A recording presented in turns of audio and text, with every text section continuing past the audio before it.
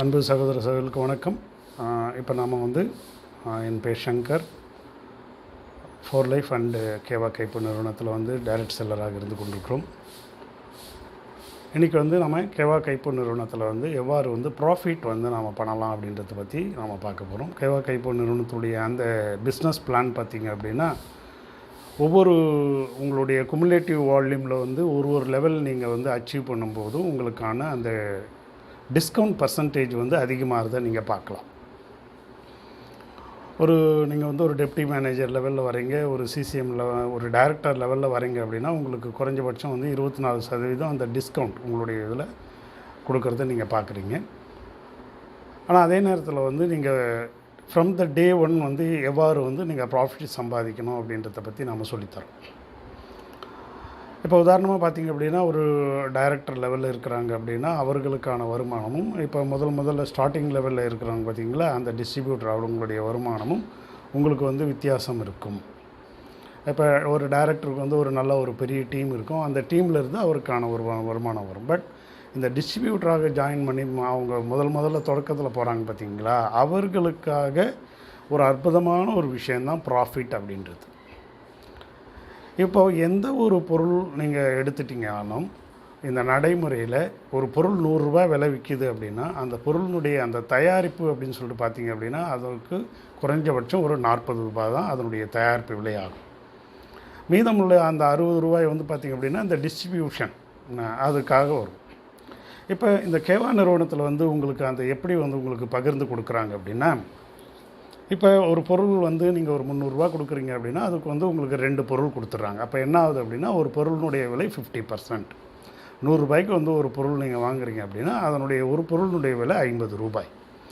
ஆனால் இந்த டிஸ்ட்ரிபியூஷனை யார் செய்கிறது அப்படின்னா நீங்கள் தான் செய்யணும். அந்த முதல்ல வியாபாரத்துக்கு வந்திருக்காங்க பார்த்திங்களா, அவங்க தான் செய்யணும். அப்போ அவர் ஒரு ஸ்டாக் பாயிண்ட்டில் போயிட்டு கலெக்ட் பண்ணிட்டு அல்லது ஒரு சூப்பர் ஸ்டாக் பாயிண்ட்டில் போயிட்டு அந்த பொருளை வாங்கிட்டு அவர் முதலீடு போட்டு அதை வாங்கிட்டு அதை அந்த எண்டில் எடுத்துகிட்டு போயிட்டு டைரக்ட் டு செல்லர் கொடுக்குறோம் பார்த்திங்களா, அந்த டைரெக்டாக அவங்களுக்கு கொடுக்குற வரைக்கும் இந்த லாஜிஸ்டிக்ஸு, பைக்கில் போடுறது, இப்போ ஒரு பஸ்ஸில் போகிறது, இதற்கான எல்லா செலவும் நீங்கள் தான் பண்ணியாகும். அப்போது இந்த ப்ராஃபிட்டு அப்படின்னு சொல்லிட்டு ஒன்று இல்லை அப்படின்னா அந்த தொழிலே உங்களுக்கு வேஸ்ட், பண்ணுறதே வேஸ்ட். இதற்கு தான் இந்த கேவா நிறுவனம் உங்களுக்கு ஐடியா பண்ணி உங்களுக்கு ஒரு பொருள் 100 ரூபாய் அப்படின்னா உங்களுக்கு 2 பொருளை கொடுத்துட்டு உங்களுக்கு எம்ஆர்பி நீங்கள் 100 ரூபாய் போட்டிருக்காங்க அதில். அப்போ எதனால் உங்களுக்கு 100 ரூபாய் போட்டிருக்காங்க அப்படின்னா, இந்த லாஜிஸ்டிக் நீங்கள் பொருளை முதலீடு செய்து அதை வாங்கிட்டு உங்களுக்கு ஸ்டாக் வச்சு இப்போ கேட்குற இடத்துங்களுக்கு நேரடியாக போய் அவங்களுக்கு இந்த பொருள் பற்றின தன்மையை சொல்லி அவர்களுக்கு கொடுப்பதற்காகத்தான் இந்த 50 ரூபாய் உங்களுக்கு சன்மானமாக வழங்கப்படுகிறது. அதுக்கு பேர் தான் ப்ராஃபிட். அப்போ இனிஷியலாக இந்த ப்ராஃபிட்டை நீங்கள் அதை கிராப் பண்ணிக்கணும். எப்படி நீங்கள் பண்ணலாம் அப்படின்னா, உதாரணமாக உங்களால் ஒரு 10,000 ரூபாய்க்கு பொருள் வாங்க முடியும் அப்படின்னா உங்களுக்கு என்ன ஆகுது, அதுக்கு விட டபுள் த ரேட் உங்களுக்கு பொருள்கள் கிடைக்குது. அப்போ நீங்கள் இந்த 10,000 ரூபாய்க்கு நீங்கள் இன்வெஸ்ட் பண்ணுறீங்க அப்படின்னா நீங்கள் அதில் இருந்து சம்பாதிக்கக்கூடிய ஒரு இது பார்த்திங்க அப்படின்னா 20,000 ரூபாய் சம்பாதிக்கும். இந்த 20,000 ரூபாய் சில பேர் என்ன பண்ணுவாங்க அப்படின்னா, அவங்களுடைய தன்மைக்கு ஏற்ற மாதிரி ஒரு சிலர் 30% லாபம் வைப்பாங்க, ஒரு சிலர் 25% லாபம் வைப்பாங்க.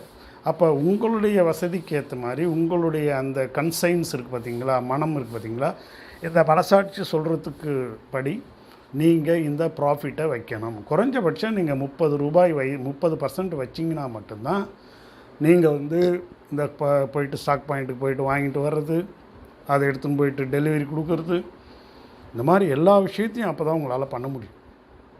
அதனால தான் இப்போ நாங்கள் ஆராய்ச்சியில் என்ன கண்டுபிடிச்சிருக்கோம் அப்படின்னா, ஒரு 100 ரூபாய் நீங்கள் இன்வெஸ்ட் பண்ணுறீங்க அப்படின்னா, இப்போ ஒரு பேங்க்கில் நீங்கள் போட்டிங்கனாலே 100 ரூபாய் இன்வெஸ்ட் பண்ணிங்கன்னா ஒரு 6 ரூபாய் உங்களுக்கு ப்ராஃபிட் கொடுக்குறாங்க. இதே ஒரு ஃபிக்ஸட் டெபாசிட்டில் போட்டிங்கன்னா 8 ரூபாய் உங்களுக்கு ப்ராஃபிட் கொடுக்குறாங்க. இதே நீங்கள் வேறு விஷயங்களில் நீங்கள் இன்வெஸ்ட் பண்ணுறீங்க அப்படின்னா ஏறக்குறைய ஒரு 25% உங்களுக்கு அந்த ப்ராஃபிட் வரும். அப்போ ஒரு தொழில் அப்படின்னு சொல்லிட்டு நீங்கள் முதலீடு பண்ணிங்க அப்படின்னா உங்களுக்கு குறைஞ்சபட்சம் 50% வந்தே ஆக வேண்டும். அப்போ இந்த மாதிரி இனிஷியலாக இருக்கிறவங்க நீங்கள் என்ன பண்ணுங்கள் அப்படின்னா, இந்த எம்ஆர்பி ரேட்லேருந்து உங்களுக்கு எவ்வளோ குறைச்சலாக கொடுக்கணும் அப்படின்னு ஆசைப்படுதோ அந்த அளவுக்கு உங்கள் ப்ராஃபிட் அது குறைஞ்சபட்சம் 30% இருந்து தான் ஆகணும். இல்லைனா நீங்கள் பெட்ரோல் வந்து உங்களுக்கு யாருக்கும் ஃப்ரீயாக கொடுக்குறதில்ல. இப்போ போய்ட்டு ஒருத்தங்களை நேராக போய் சந்தித்து அவங்களுக்கு அந்த எஃபர்ட் நீங்கள் போயிட்டு அவங்கள கன்வின்ஸ் பண்ணி அவங்களுக்கு அந்த சேல்ஸ் பண்ணுற எஃபர்ட்டுக்குனுடைய அந்த வருமானத்தை யார் கொடுப்பா? நீங்கள் தான் அதை ப்ராஃபிட்லேருந்து எடுத்துக்கணும். இந்த இது தெரியாததுனால தான் இந்த கேவா நிறுவனத்தில் இருக்கிறவங்க எல்லாருமே என்ன பண்ணுறாங்க அப்படின்னா, எப்படி சம்பாதிக்கிறதுன்னு தெரியாமல் சிரமப்பட்டுட்ருக்குறாங்க. சார் எனக்கு வந்து நான் 100 ரூபாய் கொடுத்தேன்னா 2 பொருள் கொடுக்குறாங்க, நான் அதை அப்படியே கஸ்டமருக்கு 100 ரூபாய் அப்படியே 2 பொருள் கொடுத்துட்றேன் அப்படின்னா, அப்போ உங்களுடைய ப்ராஃபிட் வந்து 0. இதை நீங்கள் எடுத்துகிட்டு போய் ஸ்டாக் பாயிண்ட்லேருந்து எடுத்துகிட்டு வந்து அதை இன்னொன்று கஸ்டமருக்கு எடுத்துகிட்டு போய் கொடுக்குறது. ஒரு 10 கிலோமீட்டர் நீங்கள் போயிட்டு வரீங்க அப்படின்னா அந்த 10 கிலோமீட்டர் வந்து உங்களுடைய அந்த உழைப்பு வந்து விரயமாகுது. அதற்கான ப்ராஃபிட் வந்து உங்களுக்கு இல்லை, அதற்கான ஊதியம் உங்களுக்கு இல்லை. அப்போ எதுக்கு நீங்கள் இப்போ பிஸ்னஸ் பண்ணுறது? இந்த மாதிரி பிஸ்னஸ் பண்ணக்கூடாது. அப்போது ப்ராஃபிட்டை எப்படி வைக்க தெரியணுன்றதை நீங்கள் தெரிஞ்சு பிஸ்னஸ் பண்ணணும். ஸோ இந்த மாதிரி நீங்கள் பிஸ்னஸ் பண்ணிவிட்டு நீங்கள் என்ன பண்ணலாம் அப்படின்னா, ஒரு மாதத்துக்கு எனக்கு வந்து 5000 ரூபாய் வருமானம் வரணும் அப்படின்னு நீங்கள் முடிவு பண்ணிங்கன்னா, நான் சொல்கிறது வந்து 5000 ரூபாய் வந்து நிகர லாபமாக இருக்கணும். சும்மா வந்து பெட்ரோலுக்கு நான் வந்து ஒரு பொருளை வாங்கிட்டு வந்து அதை 10 ரூபாய்க்கு வாங்கிட்டு வந்து 15 ரூபாய்க்கு விற்றேன், 5 ரூபா வந்து எனக்கு வந்து பஸ் சார்ஜ் கொடுத்துட்டேன், நிகர லாபம் வந்து எனக்கு 0 அப்படின்னா அது வந்து அது அந்த மாதிரி ஒரு வியாபாரம் வேஸ்ட். அந்த வியாபாரம் நீங்கள் செய்யாமலே இருக்கலாம். அப்போ உங்களுடைய பெட்ரோல் சார்ஜு, உங்களுடைய அந்த லாஜிஸ்டிக் சார்ஜு எல்லாம் போக உங்களுக்கு 50 ரூபாய் நிற்க வேண்டும். நீங்கள் 100 ரூபாய் இன்வெஸ்ட் பண்ணுறீங்க அப்படின்னா அதில் 50 ரூபாய் நின்றதுனா மட்டும்தான் அந்த பிஸ்னஸை உங்களால் பண்ண முடியும். இல்லைனா அந்த பிஸ்னஸை பண்ணுறதும் பண்ணாமல் இருக்கிறதும் ஒன்று. ஸோ அதனால் இன்றைக்கி அதை வந்து உங்களுக்கு கொடுத்துருக்கு. அதனால் இந்த ப்ராஃபிட்டை வந்து எப்படி நீங்கள் வச்சுக்கணும், என்னுடைய அனுமானம் படி நான் வந்து என்னுடைய இது ஓடியாடுறது, எல்லார்கிட்டையும் பண்ணுறது, பஸ்ஸில் போகிறது, பெட்ரோல் போடுறது, இதெல்லாம் நான் வகுத்து பார்க்கும் பொழுது குறைஞ்சபட்சம் 33% குறைஞ்சபட்சம் நீங்கள் வைக்கணும். 100 ரூபா நீங்கள் ஒரு பொருள் வாங்குறீங்க அப்படின்னா குறைஞ்சபட்சம் நீங்கள் 133 ரூபா விற்கணும். அது கூட வந்து நீங்கள் எவ்வளோ டிஸ்டன்ஸு பக்கத்துலேயே போயிட்டு நீங்கள் வாங்கிட்டு வர்றதா தான் அந்த மாதிரி. இப்போ நான் இங்கேருந்து காஞ்சிபுரத்துலேருந்து வேலூர் வரைக்கும் வந்து நான் வாங்கிட்டு வரேன் அப்படின்னா அதற்கு நான் என்ன பண்ணணும், குறைஞ்சபட்சம் 50% வைக்கணும். அப்போ தான் எனக்கு கட்டுப்படி ஆகும். ஏன்னா பாதி வந்து நான் வந்து பெட்ரோலுக்கே போய்ட்டுருவேன். மிச்சம் இப்போ பெட்ரோலுக்கு போட்டு நான் இன்வெஸ்ட்மெண்ட் பண்ணி அதை எடுத்துகிட்டு வந்து எந்த விதமான லாபம் இல்லாமல் நம்ம கன்சியூமருக்கு கொடுத்துட்டோம் அப்படின்னா அப்போ இதில் ஏமாளி யார், வேலை செய்கிறது எது, நீங்கள் வந்து ஏதோ தொண்டு செய்கிற மாதிரி தான் ஆகிவிடும். இதுக்காக நம்ம பிஸ்னஸ் செய்வது இல்லை. ஸோ இதை நீங்கள் புரிஞ்சுக்கோங்க. இது புரியாததுனால தான் இன்றைக்கி இந்த கேவா நிறுவனத்தில் பல பேர் வந்து நான் 1+1 கொடுத்துட்றேன், எனக்கு வந்து ஸ்டாக் பாயிண்டில் இவ்வளோ வருது, நான் வந்து பைனரி பண்ணும்போது எனக்கு இவ்வளோ தான் வருது, 1000 வருது, 2000 வருது. உதாரணமாக வந்து பார்த்திங்க அப்படின்னா நான் வந்து 30,000 வந்து 40,000 வந்து நாம் பண்ணோம்னா கூட உங்களுக்கு பைனரியில் வந்து உங்களுக்கு வரக்கூடிய வருமானம்னு பார்த்திங்க அப்படின்னா 2000 தாண்டாது. இந்த 2000 ரூபாய் வச்சுக்கிட்டு நீங்கள் வந்து ஒரு 10,000 ரூபாய் இன்வெஸ்ட் பண்ணி அதை எடுத்துகிட்டு வந்து அதே 10,000 ரூபாய்க்கு நீங்கள் வந்து வெளியில் வியாபாரம் பண்ணிவிட்டு பெட்ரோல்லாம் போட்டுட்டு இந்த 2000 வர்ற அந்த வருமானத்தை தூக்கி பெட்ரோல் போட்டுட்டு நீங்கள் 0 நின்றீங்க அப்படின்னா அதனால தான் உங்களால் பிஸ்னஸ் பண்ண முடியல. எல்லோரும் வந்து பார்த்திங்க அப்படின்னா மேலே இருக்கிறவங்க நல்ல ஒரு ப்ராஃபிட்டான இருக்கிறாங்க, கீழே இருக்கிறவங்க அந்தளவு வருமானத்தை பார்க்க முடியல. அதனால் இந்த ப்ராஃபிட் அப்படின்றது அந்த கம்பெனி கொடுத்துருக்கிறத நீங்கள் யூஸ் பண்ணிக்கோங்க. இதை நான் பல மீட்டிங்கில் வந்து உங்களுக்கு சொல்லணும்னு ஆசைப்படுவேன், ஆனால் எனக்கு வந்து சொல்கிறதுக்கான வாய்ப்பு இல்லை. அதுதான் இப்போ நான் வந்து உங்களுக்கு இதை ஒரு காணொலி மூலமாக நான் சொல்லிடுறேன். இதில் வந்து நீங்கள் ஏதாவது உங்களுக்கு டவுட் இருந்தது, எவ்வளோ வந்து ப்ராஃபிட் வச்சுக்கணும், என்ன மாதிரியான பொருட்களை எப்படி விற்கணும், யாரை வந்து நம்ம கஸ்டமராக பிடிக்கணும் அப்படின்றதெல்லாம் உங்களுக்கு எதனா டவுட் இருந்ததுன்னா நீங்கள் என்னை நேரடியாக கூட நீங்கள் தொடர்பு கொள்ளலாம். ஏன்னா ஒரு மனுஷன் வந்து நல்லபடியாக வாழ்ந்திருக்கிறதுக்கு தான் வந்து ஒரு தொழிலை வந்து நம்ம பண்ணுறோம். பட் ஆல்ரெடி நான் கேள்விப்பட்ட முறையில் வந்து பல பேரும் வந்து பலவிதமாக நல்லபடியாக லாபம் சம்பாதிச்சிட்ருக்குறாங்க, அவங்க நல்ல விதமாக இருக்கிறாங்க அப்படின்றது எனக்கு கேள்விப்படுறேன். எல்லோரும் நல்ல இப்போ கேவாலர் இருக்கிறவங்க எல்லாருமே நல்ல வசதி வாய்ப்போடு தான் இருக்கிறாங்க, அவங்க நல்லபடியாக சம்பாதிச்சு ப்ராஃபிட் பார்க்குறாங்கன்றது எனக்கு தெரிய வருது. இருந்தாலும் ஒரு சிலர் வந்து எப்படி இந்த ப்ராஃபிட் மார்ஜினை வந்து யூஸ் பண்ணுறதுக்கு தெரியல அப்படின்ற கேள்வி கேட்டாங்க. அதற்காக தான் இந்த வீடியோவை நான் உங்களுக்கு சொல்லிக் கொடுக்குறேன். புரியுதுங்களா? ஸோ நீங்கள் ஃபீல் ஃப்ரீயாக என்னை வந்து காண்டாக்ட் பண்ணுங்கள். நான் உங்களுக்கு இந்த ப்ராஃபிட் மார்ஜின், ஏன்னா நான் வந்து ஒரு காஸ்டிங் இப்போ ஏற்கனவே நான் வந்து ஒரு கார்ப்பரேட் கம்பெனியில் வேலை செஞ்சுவேன். ஒரு ப்ராடக்டை வந்து எப்படி தயாரிக்கிறாங்க முதற்கொண்டு ஒரு கம்பெனி வச்சு நடத்தினவன் நான். 10 வருஷம் கம்பெனி வச்சு நடத்தினேன் நான். அது மட்டும் இல்லை, நான் வந்து பார்த்திங்க அப்படின்னா ஒரு பெரிய கம்பெனியில் வந்து ஒரு பெரிய ஒரு பொசிஷனில் வந்து நாம் இருந்துட்டு வந்திருக்கோம். அப்போது இந்த கம்பெனியினுடைய நிர்வாகம் அவங்க என்னென்ன பண்ணுறாங்க, எவ்வளோ ப்ராஃபிட் வைக்கிறாங்க, எப்படி பண்ணுறாங்க, இதெல்லாம் கம்பெனி தான். நீங்கள் தான் எங்களுக்கு கடவுள். இப்போ நான் ஒரு கம்பெனி வச்சுருக்கேன் அப்படின்னா, யூ ஆர் மை காட். நீங்கள் ஒரு பொருளை என்கிட்டேருந்து வாங்குறீங்கன்னா நீங்கள் தான் எனக்கு வந்து நன்மை செய்கிறீங்க. நான் உங்களுக்கு நன்மை செய்யலை. நான் வந்து உங்களுக்கு வியாபார வாய்ப்பு கொடுக்குறேன் அப்படின்றதுக்காக நான் பாஸ் கிடையாது. You are my boss. நான் தான் உங்களுக்கு சர்வீஸ் பண்ணணும். அதுக்காக தான் நான் வந்து நிறுவனத்தை வச்சு பண்ணிகிட்ருக்கிறேன். இப்போ ஒரு கேவா நிறுவனம்னு அப்படின்னா அதனுடைய பாஸ் வந்து அவங்களுடைய டிஸ்ட்ரிபியூட்டர் தான்.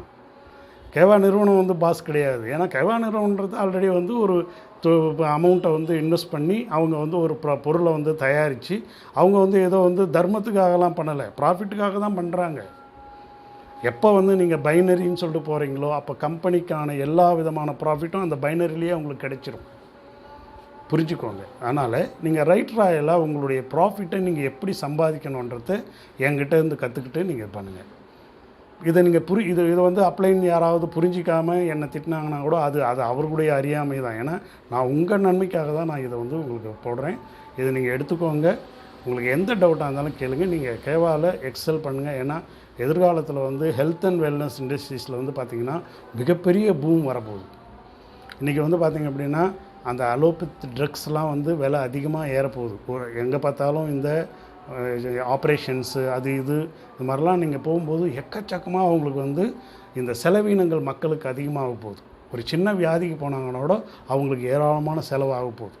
அப்படின்ற போது நீங்கள் இந்த ஹெல்த் அண்ட் வெல்னஸ் இண்டஸ்ட்ரியில் இருக்கிறவங்க கரெக்டாக இந்த இதை வந்து பயன்படுத்திக்கிட்டீங்க அப்படின்னா நீங்கள் நாளைக்கு கிங்காக இருக்கலாம். அதுக்கப்புறமா வந்து வருமானம் வந்து நாளைக்கு நீங்கள் அது பெரிய லெவலில் போயிட்டு சிசிஎம்மாவோ பிசிஎம்லேருந்து சிசிஎம் அந்த லெவல்லாம் மாறிட்டு உங்களுக்கு 1 லட்சம் 2 லட்சம் வரும்போது அப்போ நீங்கள் சர்வீஸ் பண்ணுங்கள். அதை பற்றி பிரச்சனை இல்லை. ஏன்னா ஒரு சிசிஎம் இருக்கிறாரு, அவருக்கு வந்து குறைஞ்சபட்சம் 1.5 லட்சம் 2 லட்சம் வருது அப்படின்னா அவர் சர்வீஸ் பண்ணலாம். பட்டு ஒன்றுமே இல்லாத எடுத்துகிட்டு போயிட்டு ஒரு 10,000 எடுத்துகிட்டு போயிட்டு இன்வெஸ்ட் பண்ணுறவங்க வந்து நீ 0 ப்ராஃபிட்டில் போய் வெளியில் எடுத்துகிட்டு வந்து நீ பாயிண்ட்டை மட்டும் அப்டேட் பண்ணிட்டு 0 ப்ராஃபிட்டில் வெளில அப்படின்னா அது வந்து உங்களால் சர்வீஸும் பண்ண முடியாது, அந்த டீமும் வளராது. அதுதான் பெரிய சிக்கல். தயவுசெய்து இது நீங்கள் புரிஞ்சுக்கோங்க. நான் ரொம்ப நாளாக இது உங்கள்கிட்ட சொல்லணும் அப்படின்னு சொல்லிட்டு அதற்கான வாய்ப்பு கிடைக்கல. அது இப்போ தான் கிடைச்சிது. அதை நான் உங்கள்கிட்ட பரிபூர்ணமாக சொல்லிடுறேன். நான் அனுபவிக்கிற மாதிரி எல்லாரும் அந்த விஷயத்தை நீங்கள் அனுபவிக்கணும். ஏன்னா கேவா கைப்போக்கிட்டே நான் போய் சொல்லுவேன். நான் அதை பற்றி பிரச்சனையே கிடையாது. எனக்கு நான் கரண் கோயில்கிட்டே நான் டிஸ்கஸ் பண்ணுவேன். காரணம் என்னென்னா அதுக்காக தான் அவர் ப்ராஃபிட் அப்படின்னு முடிச்சிருக்காரு. இல்லைனா எம்ஆர்பின்னு ஒன்று கொடுக்க வேண்டிய அவசியமே கிடையாது. அப்போ நீங்கள் வந்து வாங்குகிற விலைக்கு தான் நீங்கள் கொடுக்கணும், 1+1 தான் கஸ்டமருக்கு கொடுக்கணும் அப்படின்னா அதுக்கு நீங்கள் ப்ராஃபிட் அப்படின்னு ஒன்று வைக்க வேண்டிய அவசியம் இல்லையே, எம்ஆர்பின்னு ஒன்று வைக்க வேண்டிய அவசியம் இல்லையே. பட் அவருக்கு தெரியும் மக்கள் வாங்குறவங்க இவ்வளோ ரூபாயில் சேல்ஸ் பண்ணலாம் அப்படின்னு சொல்லிட்டு. பட் சில லீடருக்கு அது வந்து தெரிய மாட்டேங்குது. அதை வந்து நியாயம் தர்மம் சத்தியம் அப்படின்னு சொல்லிட்டு எதை சத்தியம் எது இதுன்னு தெரியாமல் வந்து இவங்க குழப்பிக்கிட்டு இந்த மாதிரி பண்ணிகிட்ருக்குறாங்க. புரியுதுங்களா? இதை நீங்கள் புரிஞ்சுக்கணும். தைரியமாக நீங்கள் இதை நான் சொன்ன மாதிரி வச்சு செயல்படுங்க. ஒரு 10,000 இன்வெஸ்ட் பண்ணுறீங்களா, 5,000 உங்களுடைய கையில் ப்ராஃபிட் வாங்குங்க.